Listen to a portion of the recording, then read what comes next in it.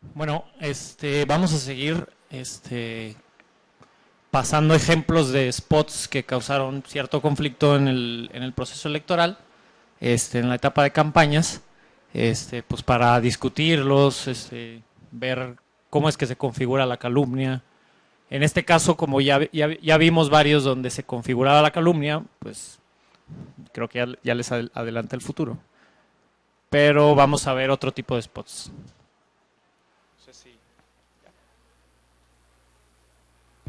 Otra historia negra del PAN. ¿Sabías que un gobernador del PAN se mandó a construir ilegalmente una presa de 120 metros de largo, 80 metros de alto, capaz de almacenar 4 millones de metros cúbicos de agua? Sí, una presa cuyo costo se estima en 170 millones de pesos y que le está quitando el agua a los campesinos de la región, solo para abastecer de agua su propia casa. Ya lo sabes, aguas con el PAN. Podemos volver a pasar para que se familiaricen más. Otra historia negra del PAN. ¿Sabías que un gobernador del PAN se mandó a construir ilegalmente una presa de 120 metros de largo, 80 metros de alto, capaz de almacenar 4 millones de metros cúbicos de agua? Sí, una presa cuyo costo se estima en 170 millones de pesos y que le está quitando el agua a los campesinos de la región, solo para abastecer de agua su propia casa. Ya lo sabes, aguas con el PAN.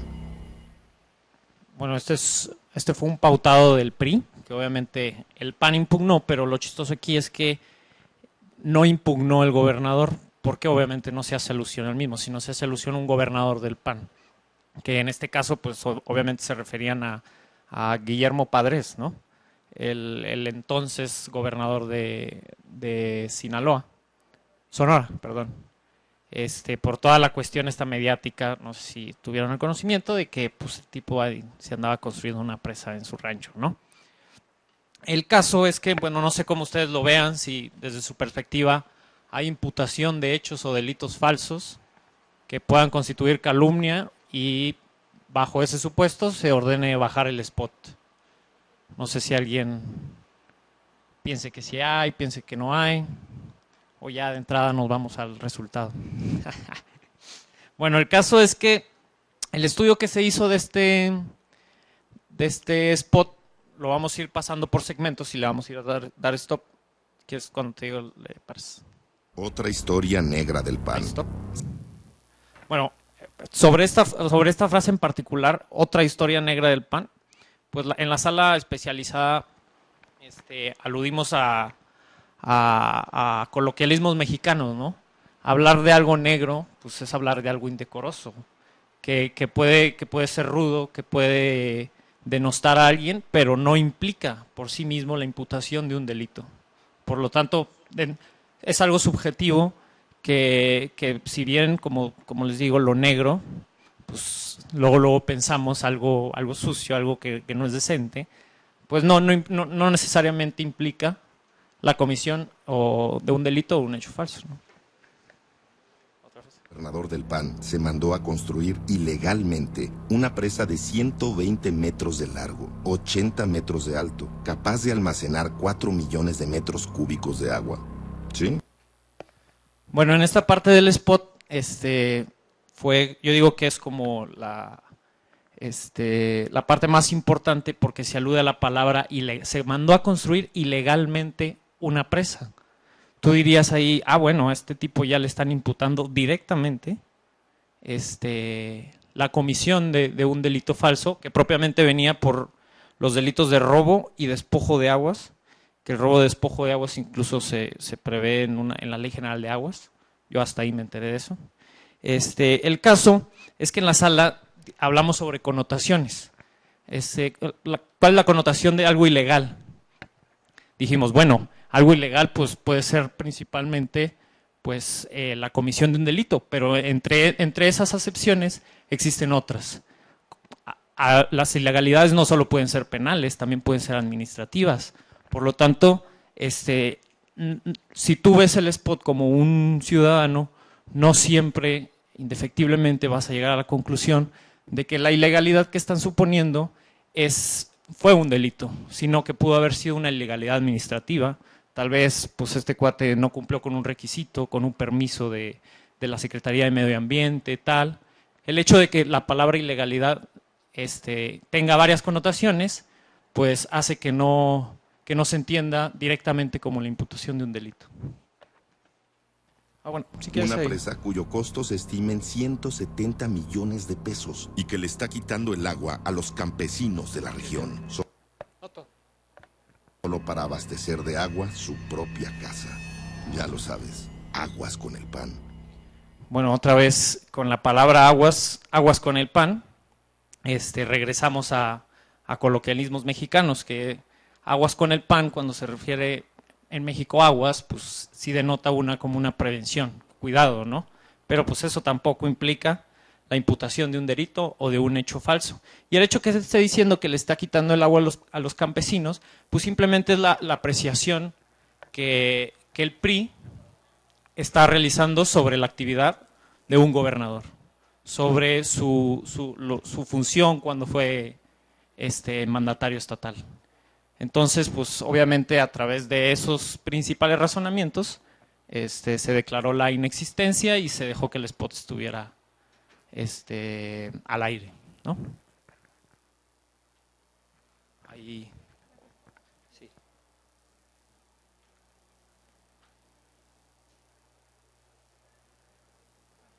El de...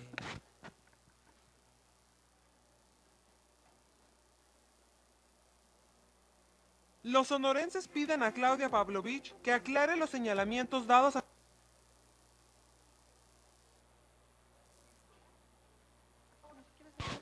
Los sonorenses piden a Claudia Pavlovich que aclare los señalamientos dados a conocer por el medio Reporte Índigo que refieren que la candidata del PRI supuestamente le pidió a un empresario parte del dinero que recibió en apoyos federales. Oye, Luis Carlos, fíjate que te hablo porque me habló el comisionado. A ver, a corazón, Carlos, ¿quiénes son? Carlos Gallegos. Bueno, pues para que Carlos se ponga guapo, porque ahorita me acaba de avisar que ya le depositaron el apoyo de 7,5 millones. ¿Así es como financias tu campaña, Claudia?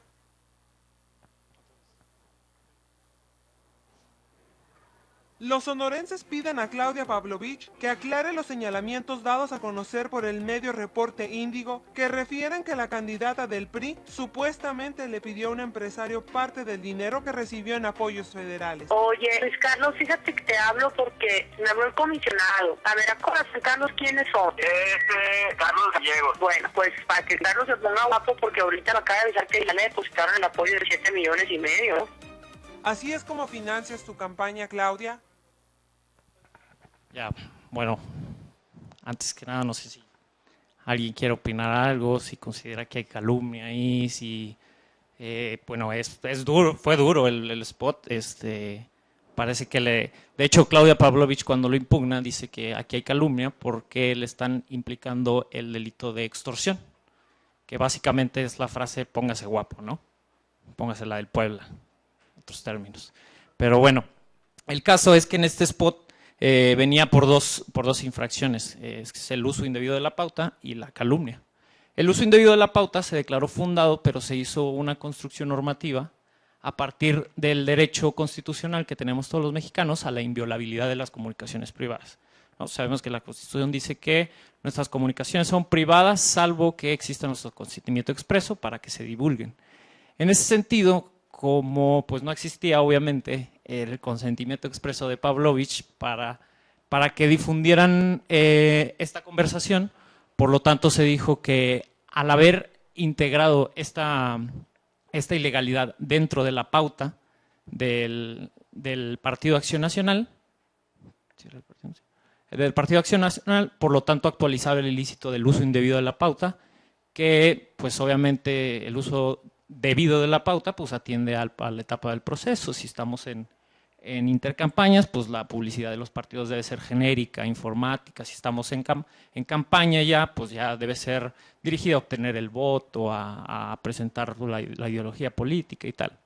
Pero entonces, en atención a ese supuesto constitucional, pues se declaró la infracción, la actualización. Y en cuanto a la calumnia, pues retomando lo que nos comentaba mi compañero Iván sobre los hechos noticiosos, se dijo, a ver, la cuestión de los moches de Claudia Pavlovich, pues fue algo muy sonado.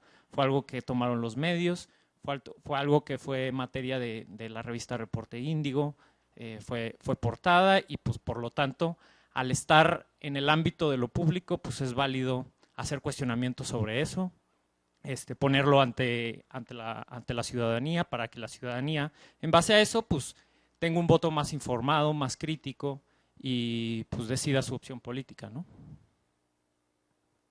Y bueno, les iba a pasar otro del despeñadero, pero pues ya, sí, pero es que lo tenemos que pasar en la...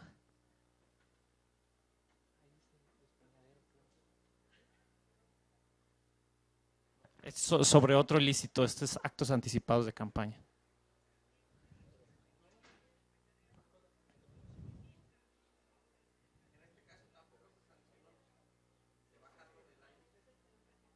¿Mande? Ah, sí, pero por el uso indebido, no por la calumnia. Sí, la multa creo que fueron 250,000 pesos y bajarlo. Era un spot pues estatal, tal.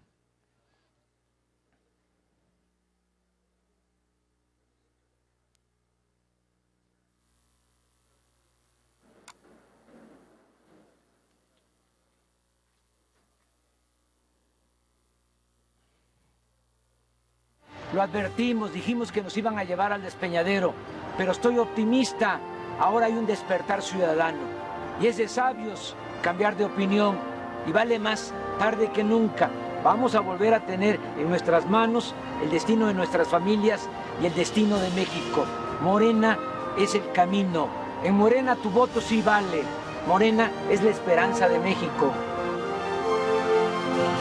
Morena, la esperanza de México.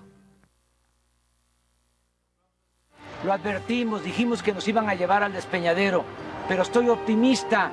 Ahora hay un despertar ciudadano y es de sabios cambiar de opinión y vale más tarde que nunca. Vamos a volver a tener en nuestras manos el destino de nuestras familias y el destino de México. Morena es el camino.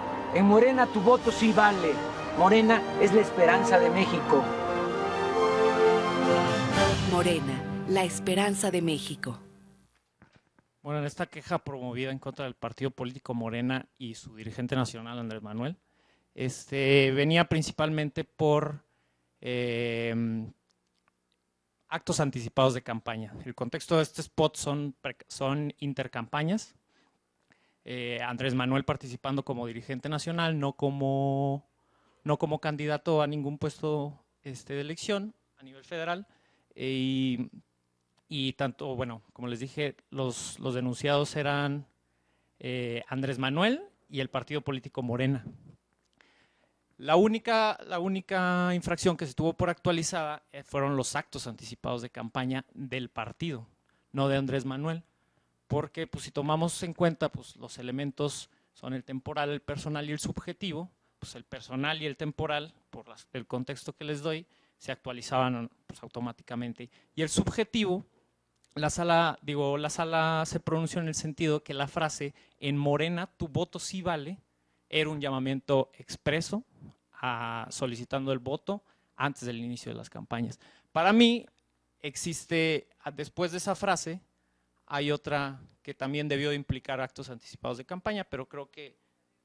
Pero estoy optimista, ahora hay un despertar ciudadano y es de sabios cambiar de opinión y vale más tarde que nunca. Vamos a volver a tener en nuestras manos el destino de nuestras familias y el destino de México. Morena es el camino. En Morena tu voto sí vale. Morena es la esperanza de México. Morena, la esperanza de México. Bueno, este asunto se fue en repas a la superior y lo chistoso aquí es que Sala Superior dijo, ok, está bien que se hayan actualizado los actos anticipados de campaña, pero también se actualiza el uso indebido de la pauta, porque, como les digo, el uso debido de la pauta en intercampañas, pues es únicamente promocionar propaganda genérica o informática, o de carácter informático, ¿no? Y el hecho de que Andrés Manuel ande solicitando el voto, pues actualizaba también ese ilícito, al no haberse apegado a los criterios de qué es lo que debe contener la campaña en intercampañas. Y pues ya se actualizan esos dos y creo que la multa fueron 700,000 pesos para el partido político. Pues ya esos son algunos de los ejemplos. Vamos a regresar a lo teórico, que ya es la última parte de la exposición, que es la individualización de la sanción. Ya una vez que se hayan emitido los juicios de valor para decretar las responsabilidades de los denunciados, pues procederemos a individualizar la sanción en atención al grado de responsabilidad, al bien jurídico tutelado, de una manera proporcional, ¿no? El artículo 458, párrafo quinto de la Ley General, establece que una vez acreditada la existencia de la infracción, la autoridad electoral deberá tomar en cuenta las circunstancias que rodean la violación normativa e imponer una sanción que cumpla con los requisitos de idoneidad. La idoneidad yo siempre lo he visto como un rompecabezas, que la conducta encuadre dentro de la infracción, dentro de la sanción, perdón, la razonabilidad y proporcionalidad que van de la mano, y con el único fin de generar un efecto disuasivo, un efecto inhibidor, que no se vuelvan a cometer las conductas, ¿no? La tesis general para individualizar sanciones es: para decretar la responsabilidad administrativa se deben de combinar la gravedad de los hechos, que ahorita vamos a ver el catálogo de gravedades, las circunstancias en modo, tiempo y lugar de la ejecución de la conducta, el lance personal o subjetivo, que es el grado de intencionalidad o de negligencia, y estos serán como los presupuestos para la imposición de una sanción razonable y proporcional que genere el efecto disuasivo que les comentaba. Bueno, la gravedad de la responsabilidad. Este catálogo de gravedad proviene de una tesis histórica. Es el rubro que les pongo aquí abajo. Nosotros en un tiempo intentamos hacer nuestro propio catálogo de gravedad, pero lamentablemente se impugnó y Sala Superior dijo: no, a ver, no andes legislando, atente al que ya está. Nosotros queríamos ser más específicos. Como esta tesis histórica es del 2003, pues ya no la consideramos tan actualizada, ¿no? Pero bueno, eso quedó en la historia. Pero el caso es que está pues, la gravedad levísima, la levísima, que por lo general siempre le sigue una amonestación pública, la leve, la grave y la gravedad ya se puede calificar en gravedad ordinaria, especial y mayor. Dentro de este proceso únicamente llegamos a gravedad ordinaria.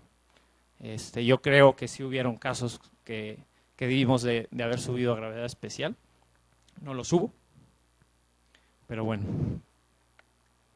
Bueno, lo primero es encuadrar la conducta dentro de un tipo de gravedad, ¿no? Para llegar a ese tipo de gravedad hay que atender a estas características, ¿no? Circunstancias de modo, tiempo y lugar de la infracción. Modo, cómo es que se desarrolló la conducta, ¿no? La forma de operar la conducta, cómo se desarrolló, si la participación fue directa o indirecta. La indirecta, pues la clásica es la culpa invigilando, la directa, pues creo que todas las demás. El grado de participación, el número de elementos propagandísticos es importantísimo, y en su caso, la sistematicidad o reiteración de la conducta. Y dentro de esto, pues también englobamos la singularidad o pluralidad de faltas, que es cuando con una conducta se vulneran varias infracciones, ¿no? El tiempo, esto es muy importante. Más que todo, las fechas que implicaron la conducta es la etapa del proceso en la que sucede, porque obviamente entre más próxima al proceso, pues más grave debe ser, ¿no? Si fue precampañas, intercampañas, campañas y ya veda electoral, pues eso ya es lo último, ¿no? Y el lugar, pues se refiere más para graduar el impacto, ¿no?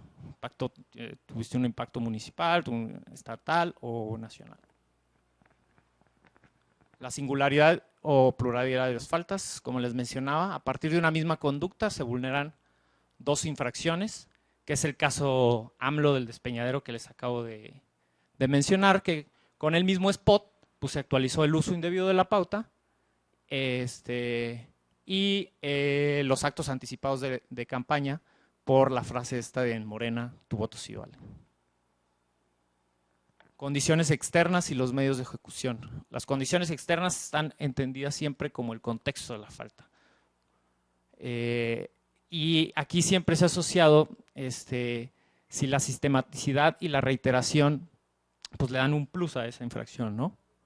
¿Cómo es que se condució el infractor y los efectos que esto tuvo para el proceso electoral, la intencionalidad y el grado de participación?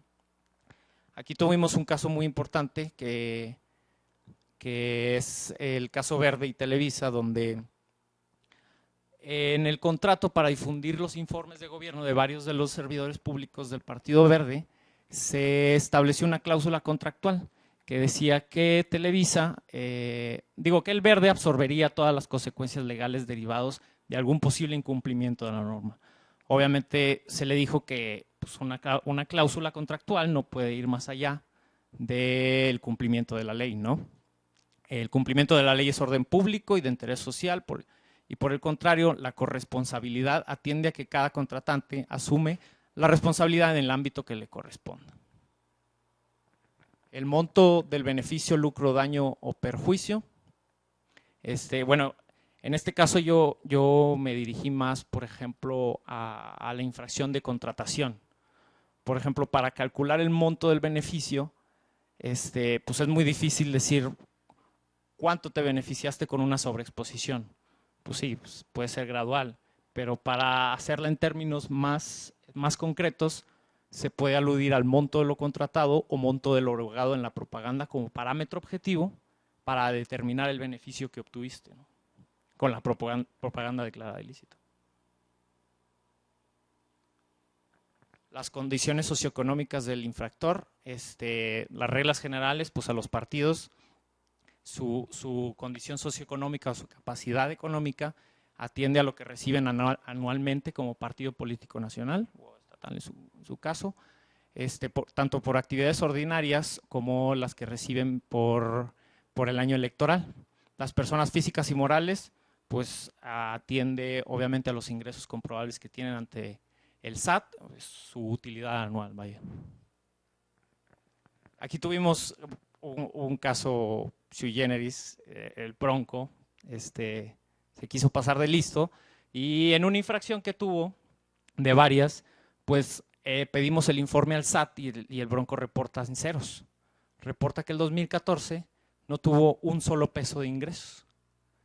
Entonces, pues obviamente si nos hubiéramos ido a rajatabla la ley, pues obviamente no lo pudimos haber sancionado o nos tuvimos que ir a años atrás o tal.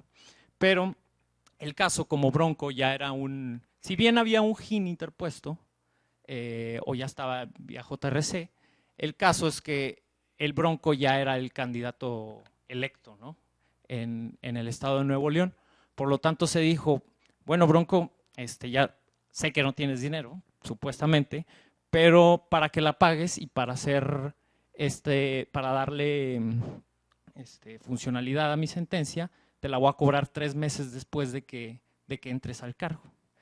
Aparte de esos 3 meses, te voy a dar facilidades de pago y tu condición socioeconómica la voy a obtener a partir de lo que el portal de transparencia del gobierno de Nuevo León dice que gana el mandatario estatal.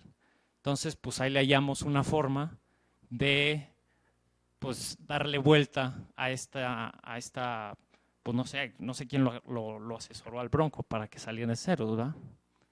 Pero bueno, ¿podemos regresar?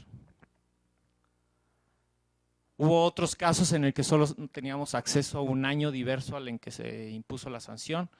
Obviamente llegaba el informe del SAT, pero no llegaba el del 2014, llegaba el del 2013. Y pues dijimos, bueno, si no nos vamos a poner a investigar cómo es que no existe una declaración tuya del año 2014, pero vamos a tomar como parámetro el 2013, que es válido, nunca tuvimos problema. Y un caso también muy particular es el caso del Partido Verde y sus múltiples multas. Ya al final del proceso, ya después de que el INE, la Sala Superior y nosotros ya le habíamos impuesto alrededor de más de 120 millones de pesos en multas. Hubo casos en donde el Partido Verde alegaba que se le deberían de considerar esas multas como una reducción de su capacidad económica para tomar ese parámetro, ¿no? Como diciendo, a ver, ya me sancionaste mucho, no me sancióname en atención a lo que me queda, no en atención a lo que se supone que iba a recibir, pero no recibí. Bueno, esto llegó a Sala Superior, obviamente, y Sala Superior le dijo, bueno, a ver, aquí hay un principio general del derecho que dice que nadie se puede beneficiar de sus propias negligencias o de su propio dolo. O sea, el hecho de, si yo te tomo como, si yo atiendo a tu pretensión, sería como, pues como eso, determinar tu capacidad económica en atención a algo ilícito que tú mismo provocaste. Por lo tanto, pues no es válido y tu capacidad económica sigue siendo tus ingresos anuales. La reincidencia, pues como sabemos, es un agravante de las sanciones. Hay una tesis muy clara de la Sala Superior que habla sobre los requisitos, que es el ejercicio o el periodo en que se comete la infracción anterior, la naturaleza de las contravenciones, es decir, que vulneren el mismo bien jurídico tutelado, y que obviamente que la primera resolución sobre la cual se está considerando reincidente se encuentre firme, porque si está subyúdice, pues no se actualiza, pues. Bueno, tuvimos bueno, yo lo denomino caso Esquitín, así se apellidaba el candidato, en creo que Querétaro, no recuerdo bien. El caso es que sobre Esquitín se configuraba la reincidencia, pero nosotros dijimos que incluso aunque fuera reincidente, pues no la considerábamos de gravedad ordinaria, sino como la primera fue levísima, nada más la subimos a leve, erróneamente. Esto se va en repa a Sala Superior y nos dijo la Sala Superior que la reincidencia, cualquiera que sea las circunstancias, no puede leerse de otra forma que no sea como grave ordinaria. Nos revoca la individualización y volvemos a individualizar. Bueno, estos es básicamente los pasos que utilizamos, bueno, yo en lo personal, en las sentencias. Primero se determina la responsabilidad, se gradúa la infracción en atención a estos 4 principios: el bien jurídico tutelado, circunstancia, modo, tiempo, lugar, grado de participación y el beneficio. Ya que tienes la gravedad, impones la sanción, vamos a pensar en una multa. Ya que tienes la multa, atiendes a la capacidad económica. Si la capacidad económica, pues, si la sanción representa un porcentaje muy alto de su capacidad económica, atenúas. Si su capacidad económica es incluso muy alta, puede dar lugar a agravar la sanción. De igual forma, estudias la reincidencia. De caso de ser reincidente, pues dices, ya tengo una sanción de tanto, pero por la reincidencia agravo la sanción en un 25% más, dependiendo del tipo de reincidencia, ¿no? Bueno, y eso es básicamente la individualización de la sanción, y mi compañero Iván les va a hablar sobre el catálogo de sanciones y demás cosas.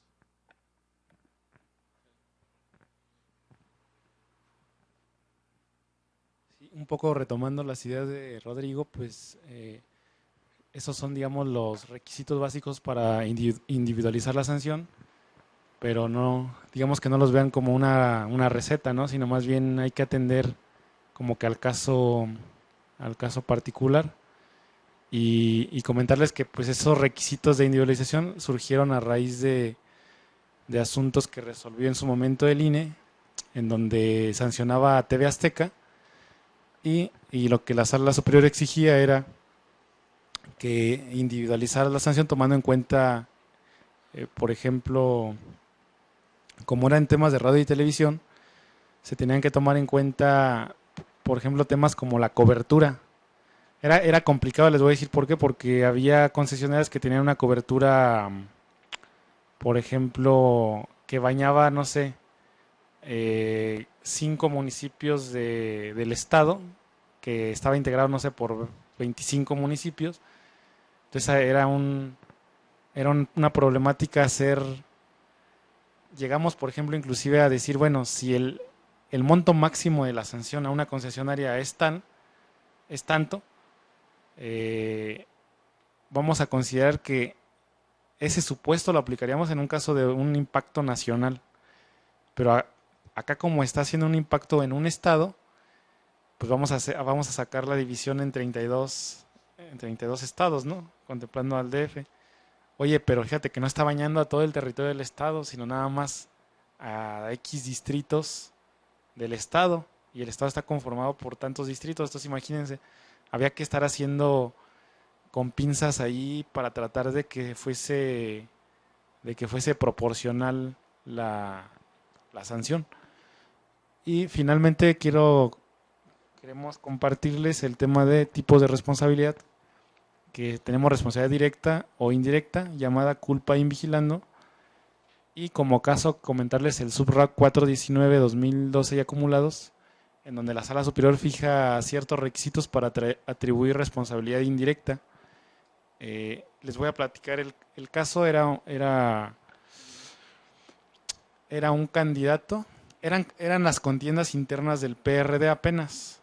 Era un candidato de nombre, se apellidaba López Lena, me acuerdo, y quien lo denunciaba era el otro precandidato de su mismo partido, por lo siguiente.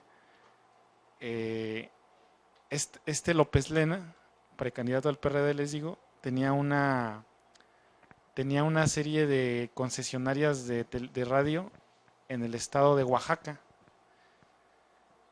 Y casualmente, pues salían puras entrevistas del precandidato que era dueño de las empresas, del conjunto radiofónico de las empresas. Entonces decía su contrincante, oye, mientras le dedican 30 entrevistas al día a él, pues a mí nada más me dedican una. Pero aparte de ello, esas 30 entrevistas hablan positivamente de él. Y la única entrevista que me hacen a mí, o la única intervención que me dan, me critican, o sea, es negativa. Entonces hay una sobreexposición de este precandidato, pues porque está teniendo acceso indebidamente a tiempos en radio, siendo él el dueño de las empresas, de las concesionarias. Entonces ahí inicialmente el INE lo que hizo fue sancionó al precandidato por adquisición de tiempos en televisión, porque se dijo, hay una cobertura inequitativa. Se hizo un comparativo en relación a cuánta cobertura se le dedicaba a otros candidatos o precandidatos en comparación con la cobertura hacia él, y era desproporcionada la cobertura que se le daba a él, ¿no? Y también al partido se le responsabilizó por culpa invigilando. ¿En qué consiste la culpa invigilando? En términos más coloquiales, es cuando a alguien se le imputa una responsabilidad por una omisión a un deber de cuidado. Pero fíjense bien, para que ustedes tengan se les puede imputar esa omisión a un deber de cuidado, tienen que tener la calidad de garantes. Por ejemplo, un caso es, por ejemplo, que ustedes son garantes de los niños, y si su hijo va y me rayonea mi carro, ustedes son garantes, tienen esa posición de garantes respecto a la conducta de sus hijos. Entonces yo les puedo imputar a ustedes esa responsabilidad indirecta, esa omisión al deber de cuidado. Pues es que lo dejaron salir y está chiquito y no lo cuidaron. Ustedes son responsables. O el clásico salvavidas que tiene un horario específico y se va a platicar y se ahoga una persona. Él tenía el deber de garante respecto a la seguridad de esa persona que se ahogó. Entonces ahí sí podemos imputarle esa omisión a ese deber de cuidado, ¿no? Entonces lo que se hizo fue que al PRD se le impuso, digamos, la culpa invigilando o responsabilidad indirecta por el simple hecho de que era su candidato. Esto se había venido haciendo y la Sala Superior lo había confirmado siempre, pero en este caso casualmente dio ese viraje y dice, no, espérate, se necesitan ciertos requisitos para atribuir responsabilidad indirecta. Primera, que existe una posibilidad racional de conocer la conducta del responsable directo. Es decir, que el PRD haya tenido la posibilidad racional de conocer la conducta del precandidato. Dos, que resultaba previsible prima facie la ilegalidad de la misma, es decir, que aparte de la posibilidad racional de conocer, que preliminarmente el partido estimara que tiene, digamos, visos de ilegalidad, ciertos visos de ilegalidad. El tercero es trascendente respecto a los fines y valores que subyacen a un debate público abierto y plural. Esa nunca la entendí, ¿verdad? No sé si ustedes, qué lectura le puedan dar, como que a lo mejor que tenga un impacto, pues si quieren en el proceso electoral o respecto a los principios que tutelados por la principios rectores del proceso electoral. Entonces, como pueden ver, ya no es posible imputar, digamos, responsabilidad indirecta a un partido por el simple hecho de que uno de sus candidatos haya cometido la infracción, sino que se necesitan acreditar ese tipo de requisitos o parámetros. Y otro tema que al menos a mí me causa mucho interés es el tema por ejemplo, de la adquisición. La adquisición de tiempos en radio y televisión es cuando obviamente tenemos tiempos pautados, que son los que administra el INE y los que les da a los partidos y candidatos, ¿no? Y sabemos que de allí en fuera no pueden contratar ni adquirir. ¿La contratación cuál es? Pues cuando un candidato contrata directamente con una concesionaria que alguna cobertura en ese espacio, que casi no se da. Digo, se cuidan demasiado los partidos y candidatos como para contratar, ¿no? Es raro que se dé. Pero la adquisición fue una figura con el objeto de atajar esa simulación, ese fraude a la ley que se daba, de que por ejemplo, y sucedió, uno de los primeros casos fue en San Miguel de Allende, el presidente, estaba una presidenta municipal y el esposo era el dueño de la radiodifusora, entonces le dedicaba espacios importantes, ¿no? A la esposa. Entonces les decía, esa forma de no hay contrato, pero sí, digamos, yo como candidato obtengo un beneficio a través de una cobertura en radio y televisión que me favorece, ¿sí me entienden? Entonces, un caso concreto sería, lo que ha dicho la Sala Superior en estos temas de adquisición fue, lo único que se requiere acreditar es la difusión de un material que beneficia al candidato.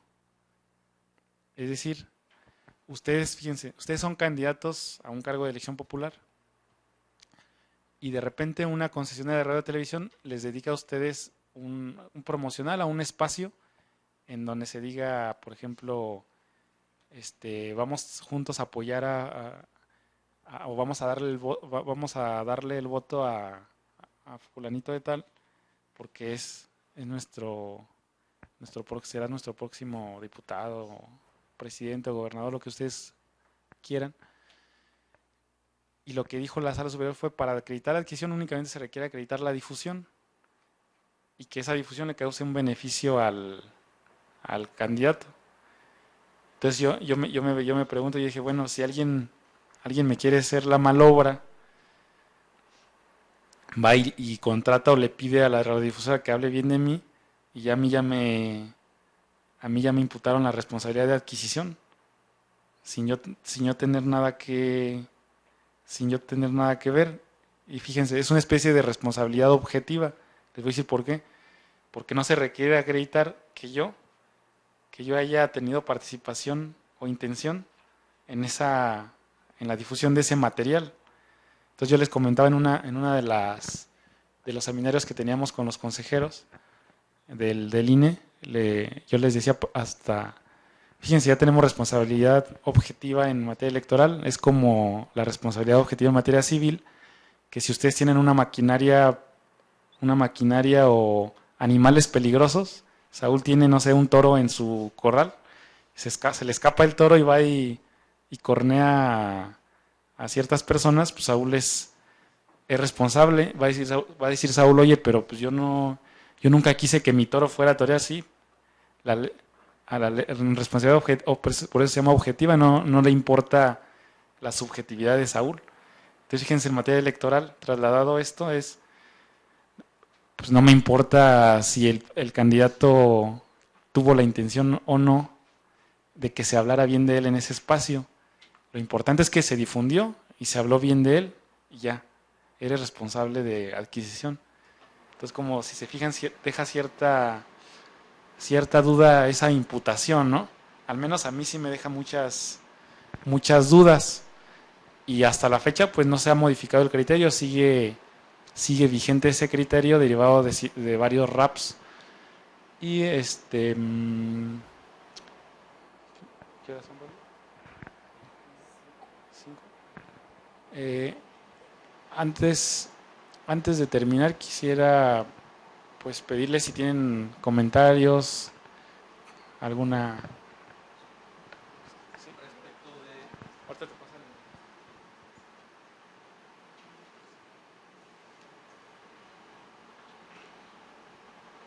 Sí, buenas tardes. Respecto de la contratación de tiempos en televisión, para poner un ejemplo más de los que comentabas, la otra veía una sesión de la sala superior y no lo toman tal como dices que directamente contrates con la televisora, sino que ahí me dio a entender, o de acuerdo a su resolución, fue que de alguna manera salga en televisión. Y ese caso se trataba de un partido de fútbol de las Chivas, donde el PRI había contratado los anuncios que se ponen en las orillas de la cancha. En las vallas, ¿no? En las vallas. Entonces, directamente ellos con la televisora no contrataron nada, pero esas vallas salían en todo momento en la televisión, pues claro, por la lógica toma de la cancha, ¿no? Y por eso sancionaron al PRI como contratación en... Exactamente, fíjate, es interesante ese asunto porque primeramente en la sala especializada lo que dijimos fue que hubo una violación al modelo de comunicación política porque, digamos, había una sobreexposición del partido a través de la difusión de las vallas, ¿no? ¿Cuál era la razón?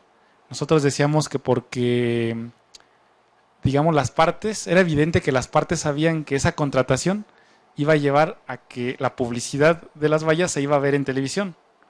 No hay de otra, ¿no? Sabías. Entonces la sala superior revoca, pero únicamente para el efecto de decir, no hubo violación al modelo de comunicación, hubo adquisición. Y esto es lo relevante si se fijan. Contratación y adquisición. Adquisición, pues para el partido que se benefició, y contratación para las empresas que contrataron esa publicidad a sabiendas que iba a aparecer, ¿no?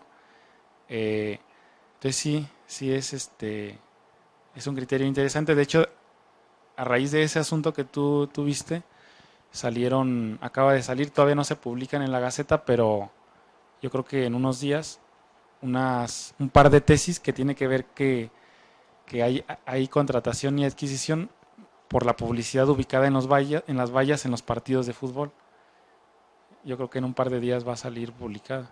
Sí, pues no es una forma directa ante la televisora, pero es una artimaña de decir, pues aquí sale una tele, que es el similar de Márquez, ¿no? Está en el short y todos sabemos que lo va a televisar. Exactamente. Por allá tenían otra pregunta.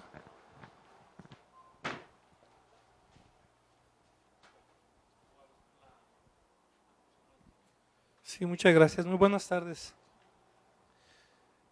Desde su punto de vista, ¿qué tanto las autoridades electorales federales, estatales, locales, verdaderamente tienen autonomía para ejercer el derecho electoral? Porque indudablemente una de las grandes aspiraciones de la ciudadanía es que las instituciones tengan certidumbre en su ejercicio.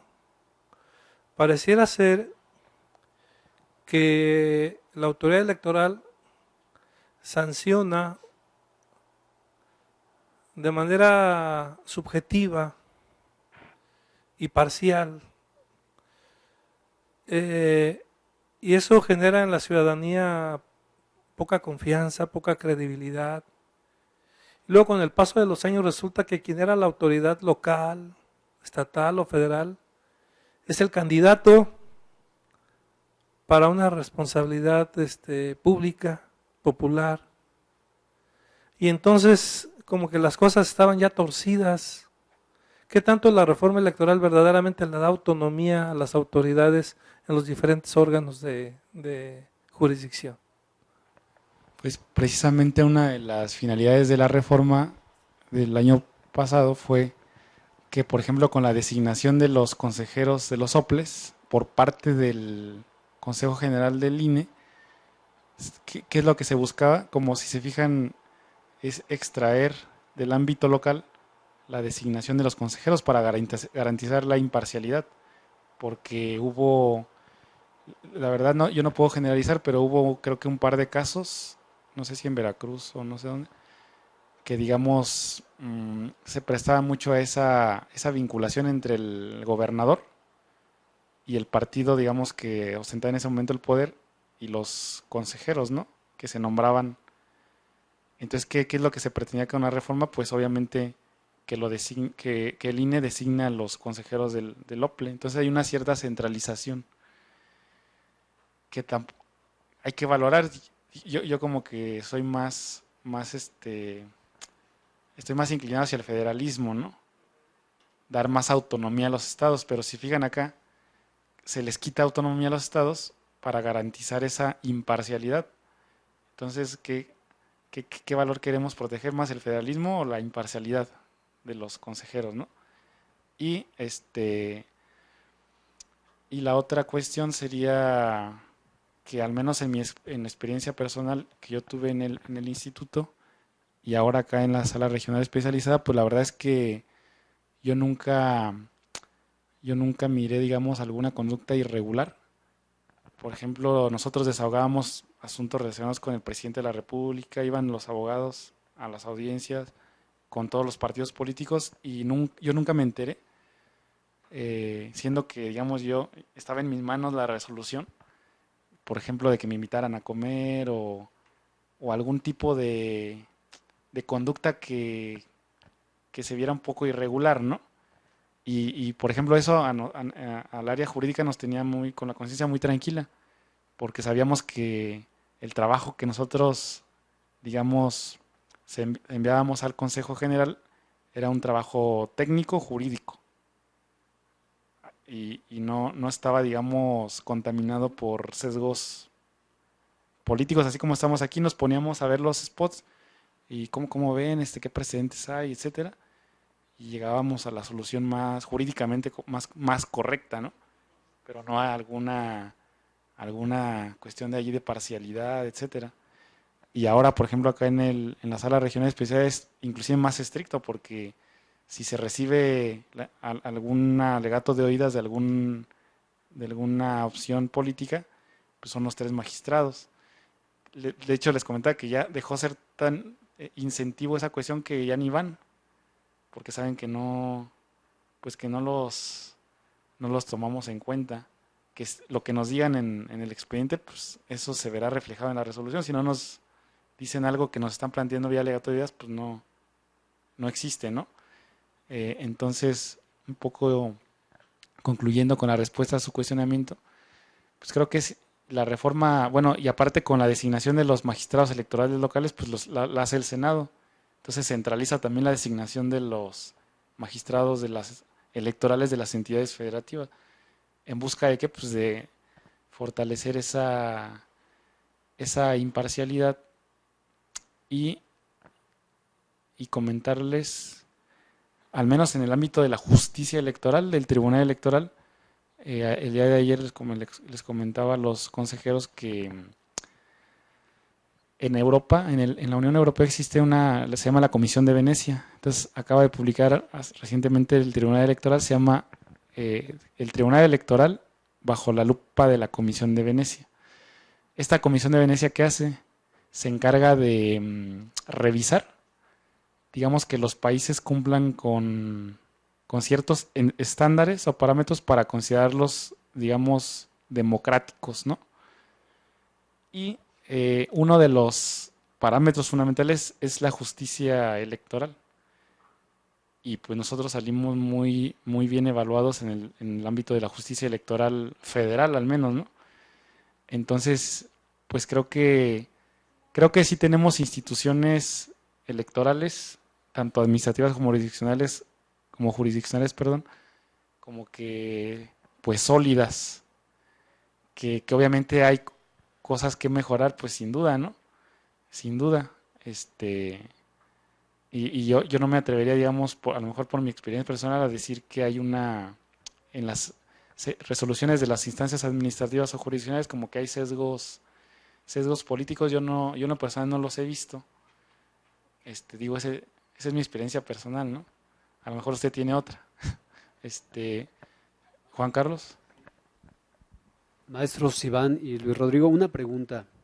No es pregunta, más bien que nos comenten en el seno de la sala regional, ¿cómo se percibe pues lo que creo que percibimos en los organismos locales, la ciudadanía, en cuanto a la materia electoral, que pareciera que por la creatividad de los mexicanos, las mexicanas y mexicanos, como que estamos ya en una dinámica de ir creando normas cada vez más restrictivas y luego los partidos, los candidatos, los mismos ciudadanos, los medios de comunicación van buscando cómo eludirlas, no quiero decir evadirlas, pero sí eludirlas, y luego tienen que venir otras normas para atajar esas nuevas conductas y se va haciendo tan sofisticado esto que me imagino que lo percibe, ¿no?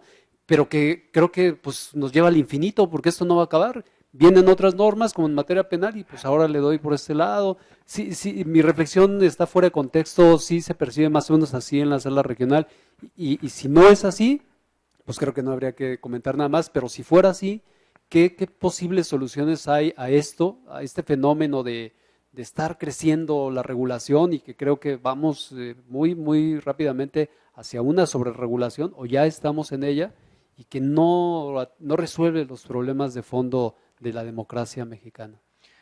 Claro, totalmente de acuerdo. Digo, a partir de cada proceso electoral, pues, todos sabemos que siempre hay una legislación que viene a tapar los hoyos que encontraron los partidos políticos en el pasado. Tal vez haya una ahora en 2016 y el más claro ejemplo, pues yo creo que es el Partido Verde Ecologista de México, que tan grave fue su actuar que hasta se creó un ilícito atípico, que es la que propiamente podría ser lo que es la vulneración al modelo de comunicación política, que incluso en una sesión de la Sala Superior recuerdo que la magistrada Lanís, nosotros a partir de ese ilícito atípico empezamos a meter muchas infracciones ahí, vulneración al modelo de comunicación.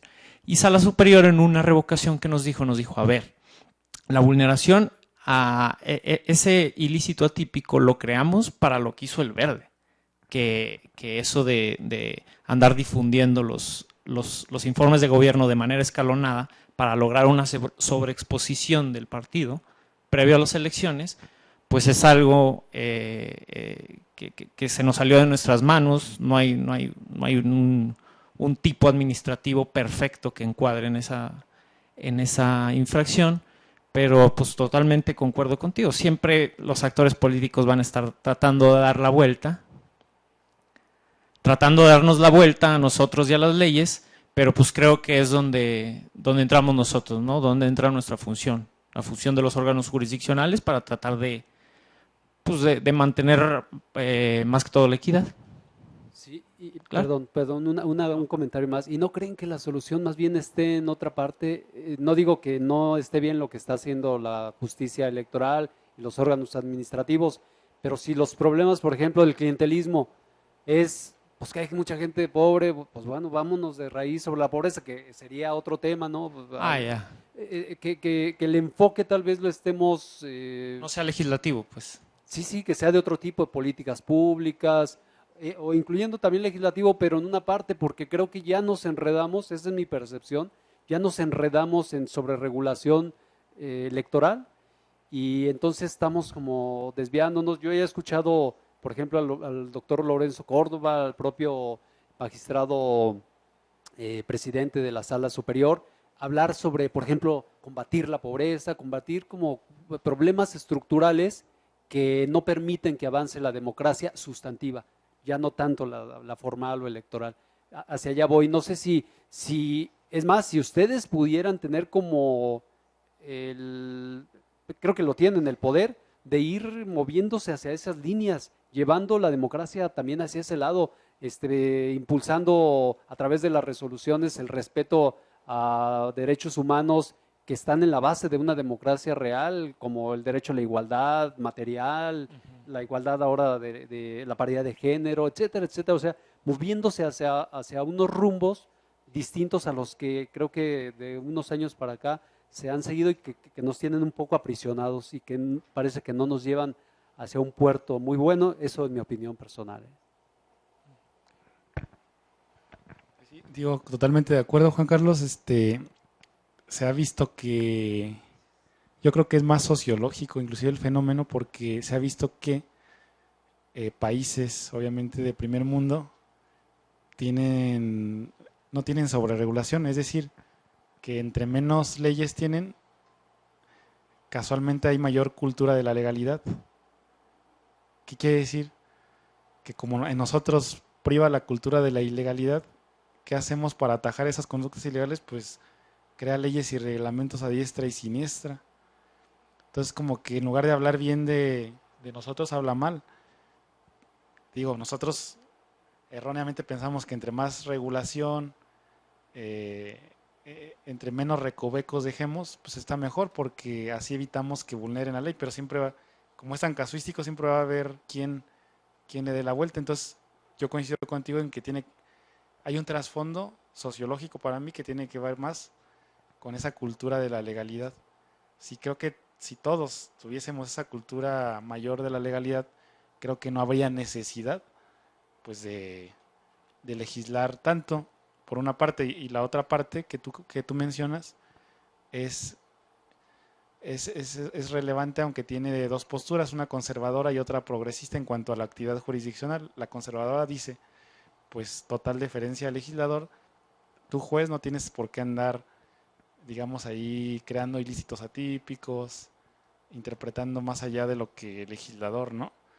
Y a otra corriente, digamos, un poco más progresista, pues obviamente coincidimos en que creo que el papel que le toca jugar a los juzgadores hoy en temas de democracia sustancial es preponderante, ¿no?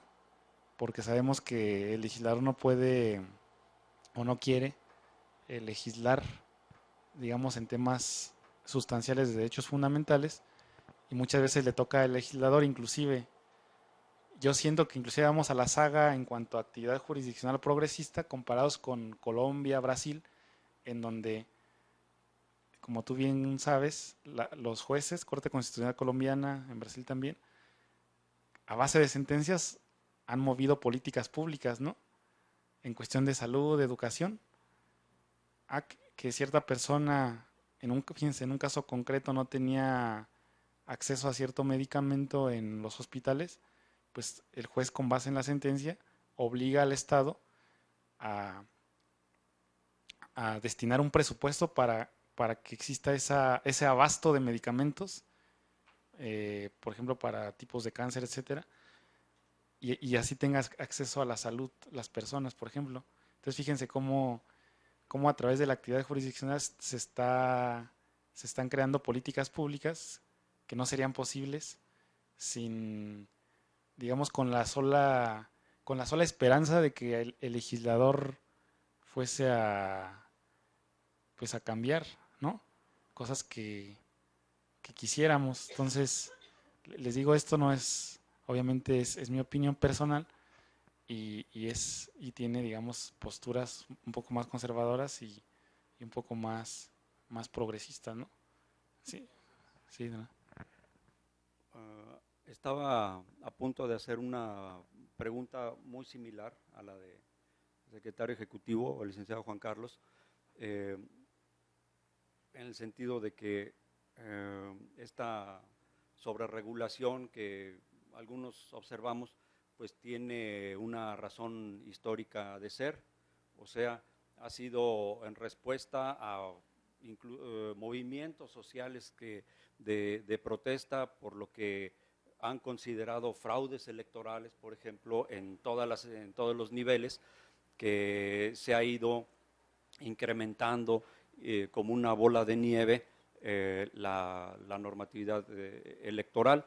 Entonces, pues sobre todo en los últimos 20 años, esto es notorio. Y en alguna de las sesiones del Consejo General aquí en el IEG, habíamos discutido este tema a propósito de otros. Quizás yo había mencionado que el propio instituto, el IEG, ha estado, digamos, eludiendo su responsabilidad en esta situación, y en general los OPLES o el Instituto Nacional Electoral, esta misión formativa que debieran asumir con más convicción y con más energía, formativa hacia la sociedad, desde trabajar más de cerca con el sistema educativo nacional, por ejemplo, para lograr no tanto una legislación, una normatividad colosal, enorme, inabarcable, infinita, sino más bien como para blindar las elecciones, los procesos electorales, sino más bien lograr a través de la educación una sociedad blindada, ¿sí? Ciudadanos blindados, ciudadanos a prueba de balas, en el sentido de a prueba de fraudes electorales. En ese sentido, hay que apostar definitivamente por la formación, por la educación y el acercamiento del Instituto Electoral con el sistema educativo en todas sus escalas.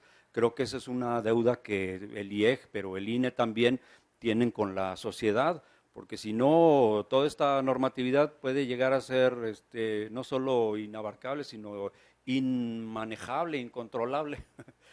Así lo veo yo, digamos, en perspectiva, y sin ser abogado, a mí me parece que es necesario cambiar el enfoque, efectivamente, incluir esta otra perspectiva como indispensable, porque si no vamos a tener algo así como la dictadura de los abogados, la dictadura de los institutos electorales, cuando en realidad hay que apostar al crecimiento de la ciudadanía, ¿no? A su consolidación como sujetos activos, participantes en la democracia.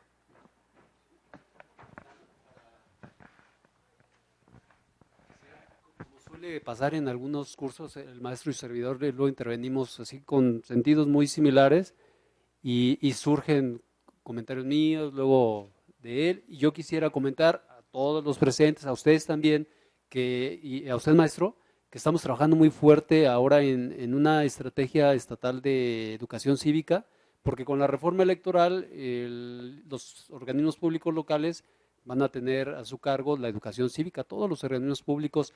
Por esa razón, nosotros no teníamos una estrategia de educación estatal, de educación cívica. Se está empezando a diseñar, se pretende tenerla para junio. Entendemos que el INE también está trabajando una estrategia nacional, también de educación cívica y cultura política.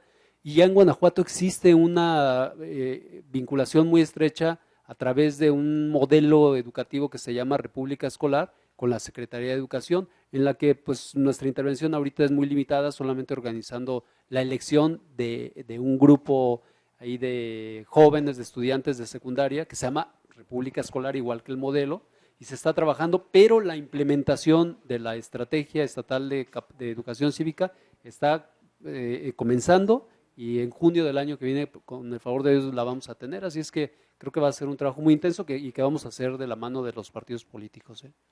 Sí, perdonen que nos salimos del tema, perdón. Sí, completamente entendible, ¿no? Y eso que dices, Juan Carlos, pues yo también lo he estado viendo, por ejemplo, en spots recientes del INE. No sé si recuerden que, pues sí, recientemente ha sacado spots como un poco que la ciudadanía le demos seguimiento a nuestros representantes, ¿no? Es decir, que digamos, la democracia no se termine en esa simple,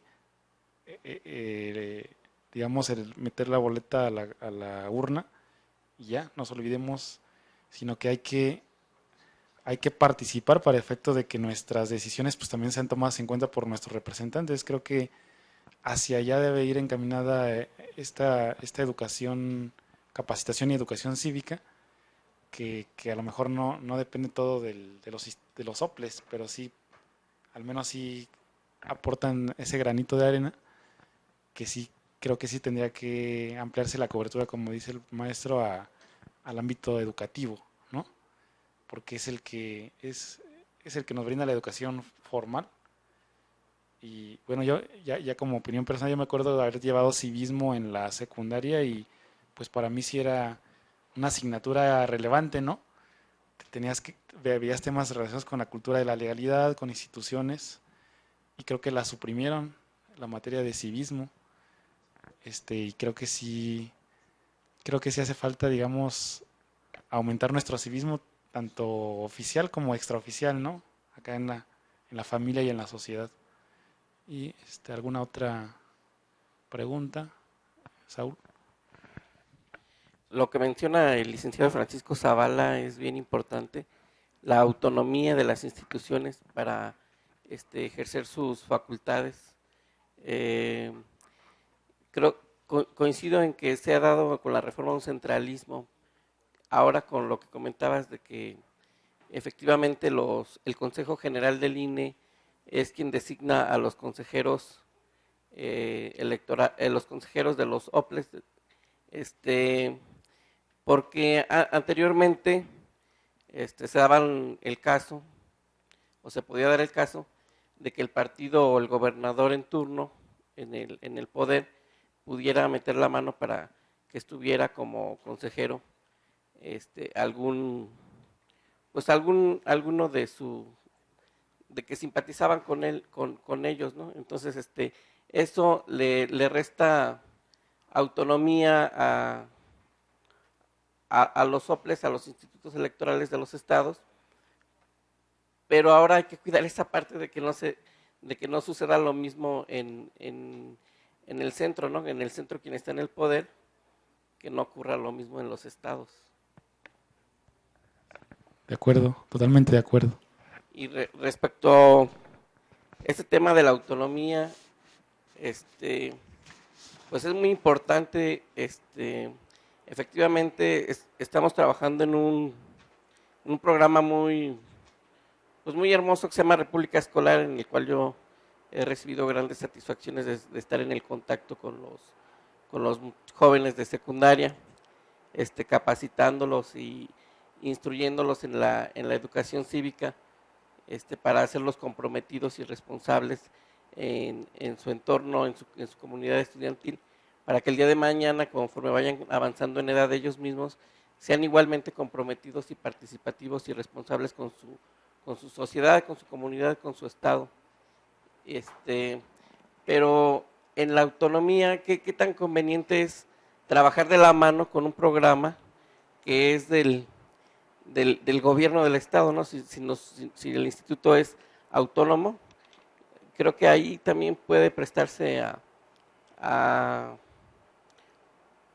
pues algunas gentes no lo pueden ver, algunos ciudadanos no lo pueden ver con buenos ojos, de que estemos trabajando con programas de gobierno del estado, porque ahí ya no pueden, aunque sé y me consta que somos un organismo autónomo, pero esa parte, por el hecho de apoyar un programa de gobierno del estado, ya la gente no lo pudiera ver de esa forma, ya no nos pueda ver como un organismo verdaderamente autónomo. Pues sí, Saúl, ya creo que ya depende también de los vínculos institucionales, etcétera, de la difusión para que la ciudadanía, pues obviamente sepa que es meramente institucional, ¿no? El programa, creo que ahí no debería de haber ningún problema ni sesgo político, si es meramente institucional. ¿Alguna otra pregunta? Yo creo que una posible solución sería incorporar además a la Universidad de Guanajuato. Yo trabajo ahí, soy profesor en la Universidad de Guanajuato y me parece que en la división de política, derecho, política y gobierno podría haber mucha gente, digamos, cuadros dispuestos a colaborar con ustedes, con el instituto y con el gobierno del estado para tener una estrategia integral que borrara ese sesgo digamos, de estar perdiendo la autonomía, etcétera, etcétera, sino al contrario se reforzaría la capacidad de trabajo, la influencia, sumar, digamos, el prestigio de la Universidad de Guanajuato como institución autónoma, académica, o sea, dedicada por vocación a lo académico, y yo creo que se podría formar un proyecto más grande, más vigoroso, con más potencia, con más calidad moral, no digo que no la tenga en este momento, pero incrementarla, reforzarla. Y yo pienso que muchos de mis compañeros profesores ahí, pues con mucho gusto, de mil amores, aceptarían colaborar con un proyecto así, o sea, sacar a la Universidad de Guanajuato de las aulas de la Universidad de Guanajuato y entrar en la educación básica, y ni hablar de el trabajo de estudiantes como parte de su servicio social. Yo creo que eso sería muy bien visto. Y se podría aprovechar la oportunidad que tenemos un rector recientemente elegido y que ya ha tomado posesión para interesarlo en un proyecto así. Él mismo como abogado podría estar personalmente interesado en ampliar, en integrar a la Universidad de Guanajuato en este proyecto de ustedes, que me parece muy loable, como digo, para tener miras más grandes y potenciar todas las posibilidades que hay de influir para bien en el desarrollo de nuestros niños, de nuestros muchachos, de la sociedad, para tener eso, ¿no? Gente más participativa, más consciente y salir un tanto de estos esquemas digamos que pueden mantenernos en la idea de que el proceso electoral es una cosa ya fija, ya definida, verlo más bien como un proceso en el que se pueden dar muchos fenómenos negativos. Precisamente cuando hablábamos de que todo este enorme corpus de leyes y reglamentos, de normatividad en general, se debe precisamente a todas las trampas que han hecho algunos partidos de unas décadas para acá, y en respuesta a todo ello es que ha crecido enormemente todo esto, ¿no? Entonces, hablarles a los muchachos de cómo, digamos, de la parte fenomenológica, de esa parte inmoral, falta de ética, de todas las trampas que han hecho, es parte de la realidad, no quedarse en una realidad esotérica, metafísica, sino con los pies en la tierra. Estas cosas suceden en cada proceso electoral, ¿sí? Y todos sabemos en un lenguaje coloquial de todas estas cosas que suceden, ¿no? De la operación Tamal, el ratón loco, que son cosas reales, ¿no? Entonces, poner los pies sobre la tierra en este sentido también sería importante. Son unas embarazadas. ¿Alguna otra intervención? Pues lo siguiente.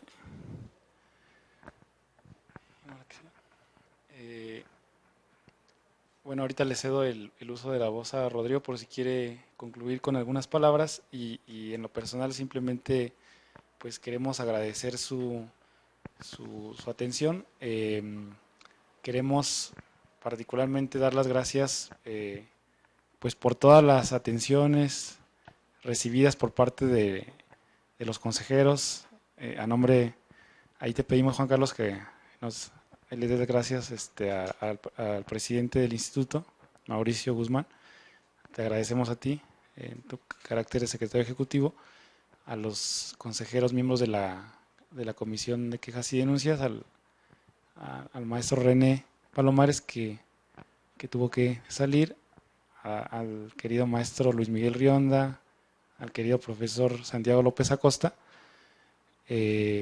Agradecerles de verdad esta invitación, estas atenciones, esta calidez, y esperamos que haya sido de su agrado esta pequeña plática. Les cedo el uso de la voz a Rodrigo. Bueno, abordando lo que dice mi compañero, muchas gracias por haber asistido. Sé que son 8 horas, estuvo muy intenso. Por lo general este curso se da en 3 días. Lo dimos en un solo día. Sé que están cansados, que es viernes, nosotros también ya estamos un poco agotados, pero lo bueno es que funcionó. Espero se hayan ido con una experiencia, que hayan aprendido. Cualquier cosa, yo me pongo a sus órdenes. Igual creo que mi compañero. Mi mail es luis.galvan@te.gov.mx. Cualquier pregunta, duda sobre el PES, adelante. Si no me la sé, la consulto, créanme. Y pues nada, eso, agradecerles y por la invitación a todos los consejeros, y cuando nos gusten invitar otra vez, volvemos.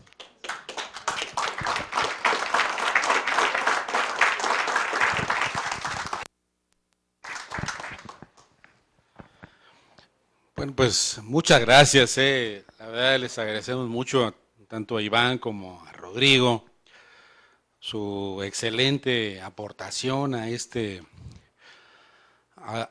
proceso de formación, de construcción, de consolidación, que necesitamos todos los que estamos involucrados en los procesos electorales, desde la trinchera en la que nos encontremos como funcionarios electorales, como representantes de los partidos, como ciudadanos, como interesados, que debemos estar seguramente la mayoría de los ciudadanos mexicanos y guanajuatenses en este proceso de consolidación de la democracia mexicana. Este es un proceso en el que tenemos que estar involucrados todos. Y este tipo de acciones pues nos aportan muchísimo. De verdad les agradecemos la aportación que nos han hecho a esto, a la sala especializada en materia de procedimientos sancionadores, en la que ustedes están adscritos, que nos han venido a presentar una serie de casos, de experiencias, de aportaciones teóricas. Es muy importante. El Centro de Capacitación Judicial Electoral del Tribunal Electoral del Poder Judicial de la Federación, que yo no menoscabo la aportación que ha hecho este tribunal a la construcción de la democracia mexicana, es fundamental, y ustedes están aportando en eso. Entonces les agradecemos mucho esta aportación, y pues bueno, a nombre del instituto les queremos entregar este reconocimiento a Iván Gómez García, a Luis Rodrigo Galván Ríos, pues un reconocimiento a esto que ustedes nos han contribuido en este día, en esta ocasión, y que esperemos que sea una de otras tantas que seguramente tendremos. Muchas gracias.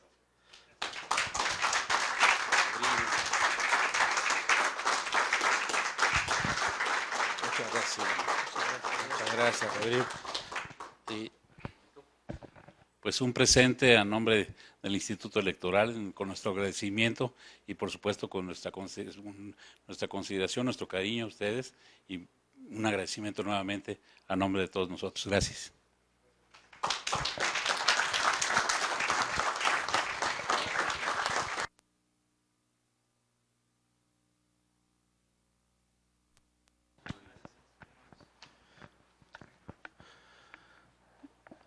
Pues a todos ustedes aquí presentes en este auditorio del Instituto Electoral del Estado de Guanajuato, muchas gracias.